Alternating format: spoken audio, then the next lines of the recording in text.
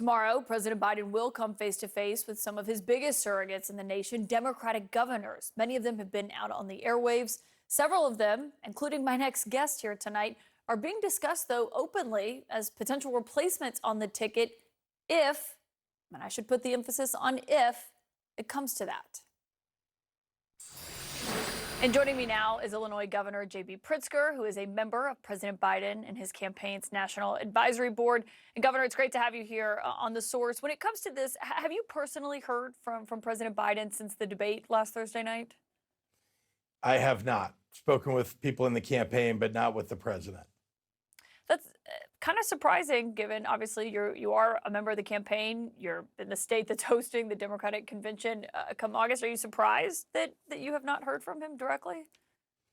Yeah, I think it's important for the president to talk to not just the leaders of the Democratic Party across the board, but generally the nation. And so I'd like to hear more from him, and I think that he intends to do more of that. What would you like to hear from him? I mean, there's word that he's called Democratic governors to meet potentially as soon as tomorrow. Is that true? And if so, what do you want to hear from President Biden right now? Well, it is true that there's going to be a discussion tomorrow. There was a discussion yesterday among governors. It was all, fairly positive conversation, people expressing themselves and of course, talking about, what they'd like to hear from the president, what they think the strategy ought to be going forward.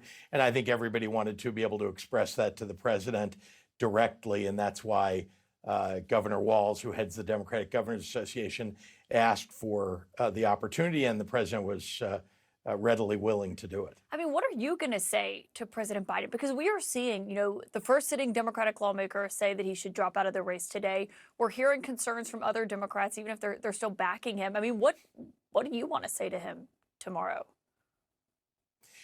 Well, look, first of all, I think that there's a healthy discussion going on within the Democratic Party. We're not a cult like the MAGA Republicans.